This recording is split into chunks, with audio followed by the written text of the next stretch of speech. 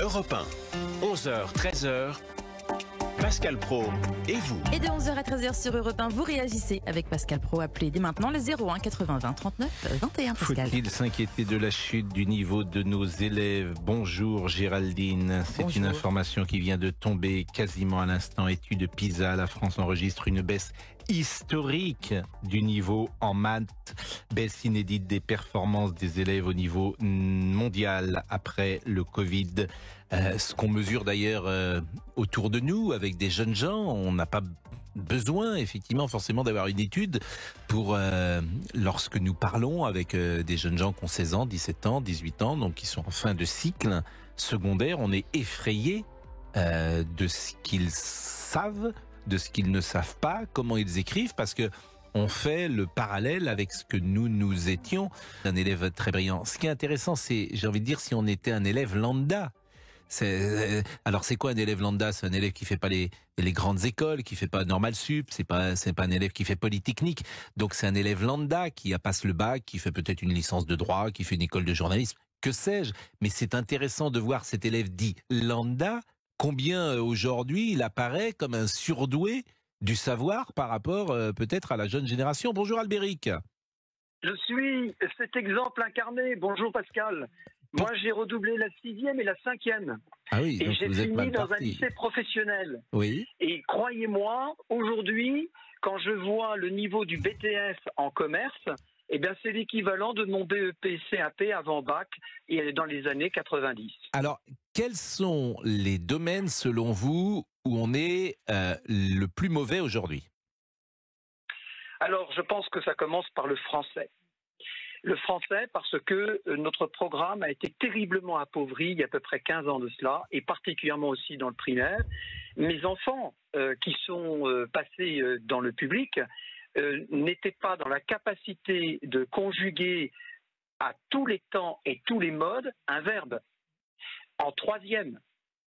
Alors que moi, j'étais directeur d'une petite école privée en banlieue, et mes élèves, dès le CM1 et CM2, étaient capables de conjuguer ce que mes enfants dans le public ne pouvaient pas conjuguer.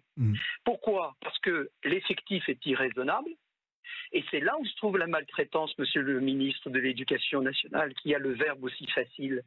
L'effectif est irraisonnable, le programme est complètement appauvri, et il y a aussi une absence du travail personnel qui a fait partie d'une véritable idéologie. Pendant plus de 10 ans, il n'y a plus de travail personnel. On a eu la crise du Covid là-dessus, personne ne savait travailler à la maison.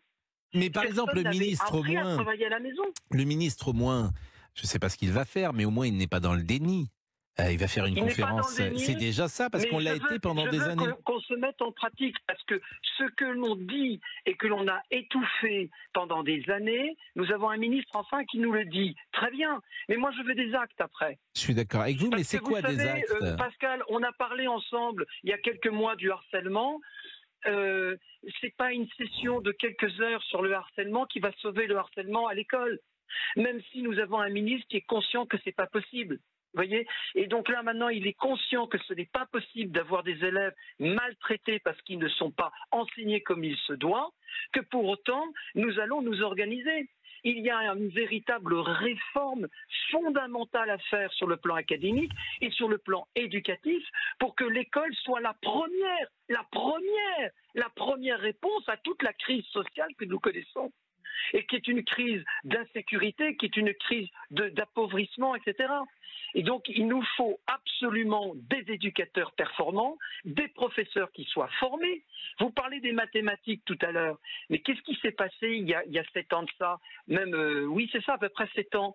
Nous avons en Île-de-France aucun candidat en mathématiques. Du coup, on a baissé le niveau au CAPES. Nous avons même eu des professeurs qui n'étaient pas notés raisonnablement en mathématiques au CAPES, et on leur a répondu c'est pas grave parce que ceux qui feront des spécialités seront les bons profs de maths et puis les autres feront de la maths comme ça, des maths comme ça. Ben, on a le résultat que l'on a aujourd'hui.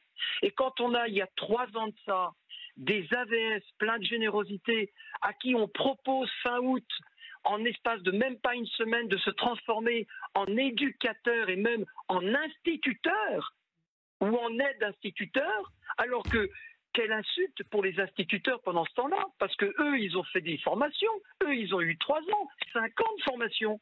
Et là, ceux-là, sous prétexte qu'ils sont AVS à l'école pendant à peu près seulement 2 ou 3 ans, ils vont devenir miraculeusement instituteurs, même s'ils n'ont pas le titre, mais ils deviennent réellement des remplaçants.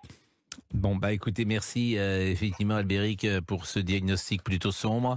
Il est 11h10, on va marquer une première pause, mais c'est vrai que le niveau actuel peut faire réfléchir, le niveau en maths notamment, parce que vous allez pouvoir intervenir là-dessus, bien sûr, et le niveau de culture générale, bien évidemment, puisque on a le sentiment qu'en matière historique, c'est un gloubi-boulga.